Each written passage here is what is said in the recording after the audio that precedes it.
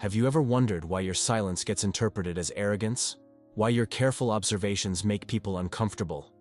Why the deeper you go into understanding yourself, the fewer people want to follow you there? Here's what nobody dares to say out loud. Your awareness isn't pushing people away. It's exposing who was never equipped to meet you at your level in the first place. Carl Jung understood something profound about human consciousness that most refuse to acknowledge. The privilege of a lifetime is to become who you truly are. But you've discovered this truth through painful experience. Every time you've dimmed your light to make others comfortable, every time you've pretended not to notice what you clearly see, every time you've simplified yourself to fit someone else's narrative, a part of your soul withered. You're not intimidating because you're aggressive. You're intimidating because you possess something far more powerful than force: clarity. And in a world drowning in confusion, clarity becomes a threat. Most people engage with life through what I call the fog of unconsciousness. They've learned to navigate relationships through assumptions, inherited beliefs, and unexamined patterns passed down through generations. But you started questioning these patterns years ago. When you meet someone, you're not thinking, "What role should I play?" You're asking, "What's actually happening here beneath the surface narrative?" This fundamental shift in awareness changes everything about how people experience your presence. Jung wrote extensively about the shadow, the parts of ourselves we refuse to acknowledge. Most people spend their entire lives running from their shadows, projecting their unexamined darkness onto others. But the aware man has turned to face his shadow directly, not because he's fearless, but because he understands that integration, not denial, is the path to wholeness. And when you've done this work, you become a mirror. Women don't fear your intelligence because it challenges their minds. They fear it because it reflects back the parts of themselves they haven't yet confronted. When you listen with full presence, when you notice the contradictions between words and energy, when you remain grounded in your own center regardless of emotional turbulence around you, you become a living reminder of what authentic relating actually demands. Most people mistake reaction for depth, drama for intimacy, possession for love. But you've developed what psychologists call metacognition, the ability to observe your own thinking process. You can watch your thoughts arise without being controlled by them. You can feel emotions without being swept away by them. You can recognize patterns without being trapped in them. This capacity for self-observation creates a natural distance from those still identified with their emotional states. Jung spoke of individuation, the process of becoming psychologically whole. This journey necessarily involves periods of solitude, not because you're antisocial, but because transformation requires withdrawal from collective consciousness. You'd rather sit with uncomfortable truths than comfort yourself with beautiful lies. You'd rather face reality alone than share delusions with company. This commitment to psychological truth terrifies people whose entire identity rests on maintaining comfortable fictions. They cannot fathom choosing growth over belonging, because they've never experienced the peace that comes from self-integration. You've probably noticed how your energy affects spaces, how casual conversations become more careful, how people suddenly become aware of their own contradictions, how the usual social lubricants, gossip, complaint, mindless agreement lose their power. This isn't because you're judgmental. It's because your presence creates a field of awareness that makes unconsciousness uncomfortable. The psychologically mature man develops what I call emotional literacy, the ability to read the subtext beneath social interactions. You notice when someone's smile doesn't reach their eyes. You sense when agreement masks resentment. You feel when attraction is genuine versus when it's strategic. This isn't paranoia. It's perceptiveness developed through years of paying attention to what actually happens, rather than what people claim is happening. When you possess this level of emotional intelligence, shallow connections become impossible. You can't pretend chemistry exists when you feel the calculations beneath the surface. You can't participate in games once you've learned to recognize the rules. You can't accept performance as intimacy once you've tasted genuine vulnerability. This creates what Jung called the transcendent function, the ability to hold tension between opposites without collapsing into either extreme. Every interaction becomes an opportunity for choice. Do you collude with comfortable illusions, or do you honor uncomfortable reality? Most men choose the illusion. It's easier to interpret neediness as devotion, jealousy as investment, chaos as passion. But you've chosen psychological honesty, even when it costs you connection. Nietzsche understood that those who think independently must create their own values because society's values serve the masses, not the individual. You've begun this process of value creation in your own life. where others measure worth through external metrics, possessions, status, sexual conquests, followers.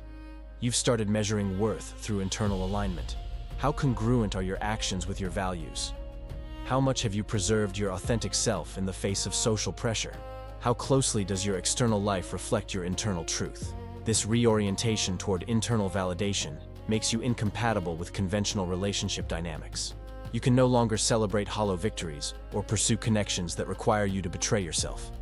You've developed what the ancient Stoics called sophrosyne, soundness of mind, the wisdom to know what actually matters.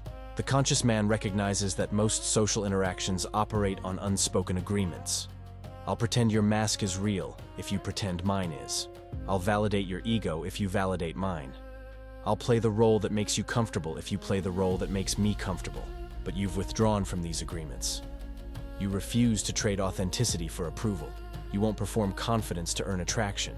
You won't pretend to be less perceptive to make others feel more comfortable.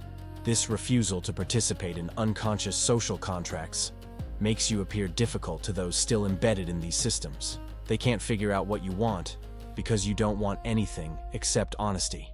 And honesty is the one thing most people cannot offer. Jung wrote about persona and shadow, the difference between who we pretend to be and who we actually are.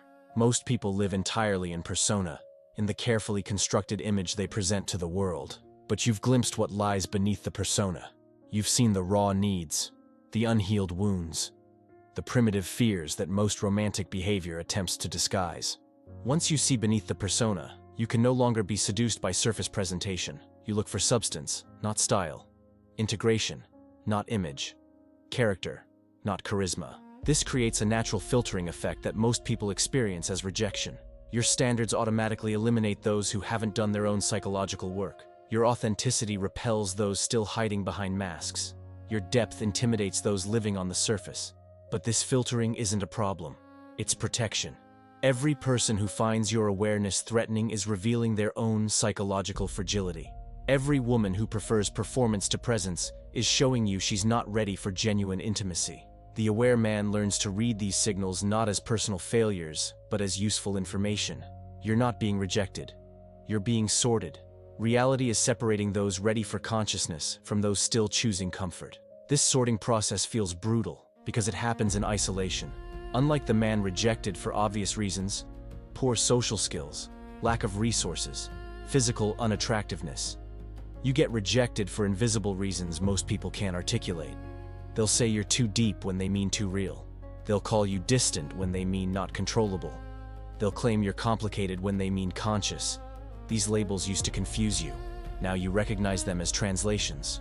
When someone says you're too intense, they're revealing their own comfort with superficiality. When they claim you're unavailable, they're exposing their need for enmeshment. When they accuse you of overthinking, they're admitting they don't think at all. The Stoics spoke of amor fati, love of fate. The psychologically mature man learns to embrace his path, including its challenges. Every rejection teaches you about your own value. Every misunderstanding clarifies your boundaries. Every lonely night deepens your relationship with yourself. You're not being punished for your awareness. You're being prepared. Prepared for the rare encounter with someone who has also done the work of becoming conscious. Someone who has also questioned everything, integrated their shadow, and emerged with their authenticity intact. When two such people meet, there's no pretense because there's nothing to hide.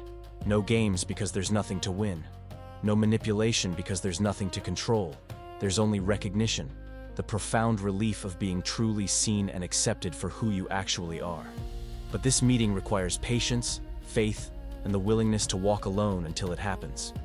Most men cannot pay this price. They'd rather settle for comfortable dysfunction than endure the discomfort of solitude. You've chosen differently. You've chosen truth over comfort, consciousness over convenience, authenticity over acceptance. And that choice, difficult as it is, has made you dangerous to a system built on unconsciousness. The unconscious world needs men to be predictable, controllable, moldable. It needs them to chase validation, seek approval, perform for attention. When a man steps outside this system, when he becomes self-aware and selective, he threatens the entire economy of unconscious relating. Your awareness has freed you from the matrix of mutual dependency that keeps most relationships trapped in dysfunction. You no longer need someone to complete you because you've learned to integrate yourself. You no longer need validation because you've learned to trust your own perception. You no longer need approval because you've learned to honor your own values. This self-sufficiency is more attractive than any performance, but it's also more threatening than any aggression. Because once a man becomes truly autonomous, he can only be chosen, never captured. The woman who will appreciate your awareness exists, but she's also walking this path of consciousness. She's also questioning everything, integrating her shadow, choosing authenticity over acceptance. She's not waiting to be rescued. She's rescuing herself. And when you meet her, you'll recognize each other immediately. Not because you're perfect, but because you're real. Not because you complete each other, but because you complement each other. Two integrated people choosing each other rather than two fragmented people desperately trying to merge. Until that meeting, you continue the work. You deepen your self-knowledge. You strengthen your boundaries. You refuse to compromise your essence for temporary comfort, because betraying yourself is spiritual death, and you've come too far to die now. Your awareness isn't a curse. It's a compass. It points you away from illusion and toward truth, away from performance and toward presence, away from desperation and toward dignity. The path of consciousness is narrow and often lonely, but it leads to something most people never find: a life aligned with your deepest values, relationships that honor your authentic self, and the unshakable peace that comes from never having to pretend. Jung once said, "The privilege of a lifetime is to become who you truly are." You've embraced this privilege even when it meant walking alone. You've learned to love your solitude because you understand what it provides. Freedom from other people's projections. Freedom from society's scripts. Freedom from the exhausting performance of being acceptable. And that freedom, quiet as it may appear, is the most revolutionary force in the world. Because a man who is truly free cannot be controlled, cannot be manipulated, cannot be reduced to playing someone else's game. You are not broken for preferring depth to surface, truth to comfort, authenticity to acceptance. You are evolved. And evolution by its nature means leaving the familiar behind and embracing the unknown. The world needs men like you now more than ever. Men who think before they react. Men who feel deeply, but don't act blindly. Men who see clearly through the fog of collective unconsciousness. Your awareness is your gift to the world, even when the world doesn't know how to receive it. Keep thinking. Keep questioning. Keep being authentic. Because somewhere in this world, there's someone who needs exactly what you offer. The rare gift of genuine human connection, untainted by performance, manipulation, or need. But let's explore what this transformation actually looks like in daily life. Because understanding the concept is one thing. Embodying it is something else entirely. The aware man begins to notice subtle shifts in how he moves through the world. His pace becomes more deliberate. Not because he's slow, but because he's no longer racing toward external validation. He walks with the quiet confidence of someone who has found his center and refuses to be displaced by other people's chaos. His communication patterns transform. Where once he might have filled silence with anxious words, now he lets silence speak. He discovers that his words carry more impact when he uses fewer of them. People pay attention when he speaks because they sense that what he's about to say has been carefully considered. This economy of expression makes others uncomfortable initially. They're accustomed to men who over-explain, who justify themselves repeatedly, who seek approval through verbal performance. But your measured presence forces them to actually engage, rather than simply wait for their turn to talk. The conscious man also develops what Stoics called preferred indifference, the capacity to have preferences without being enslaved by them. He prefers genuine connection, but isn't desperate for it. He prefers honesty, but can navigate deception. He prefers depth, but can handle surface interactions when necessary. This emotional flexibility makes him simultaneously more magnetic and more mysterious. Magnetic because desperation repels everyone. Mysterious because people can't manipulate someone who needs nothing from them. In professional environments, this transformation becomes equally evident. You stop competing for attention and start contributing when you genuinely have something valuable to offer. You stop networking frantically and start building relationships based on mutual respect rather than mutual exploitation. Your colleagues begin responding to you differently, some with genuine respect, others with suspicious confusion. They can't categorize you in their usual frameworks of aggressive climber or passive follower. You've become something else entirely, someone operating from a different paradigm. The dating landscape becomes particularly interesting once you've undergone this psychological evolution. You find yourself genuinely perplexed by behaviors that once seemed normal. The woman who manufactures drama to test your attachment. The one who withdraws affection to see if you'll pursue. The one who flirts with other men to provoke jealousy. These strategies designed to hook unconscious men bounce off you like rain off stone. Not because you're cold, but because you recognize them as manipulation. And once you see manipulation clearly, you cannot unsee it.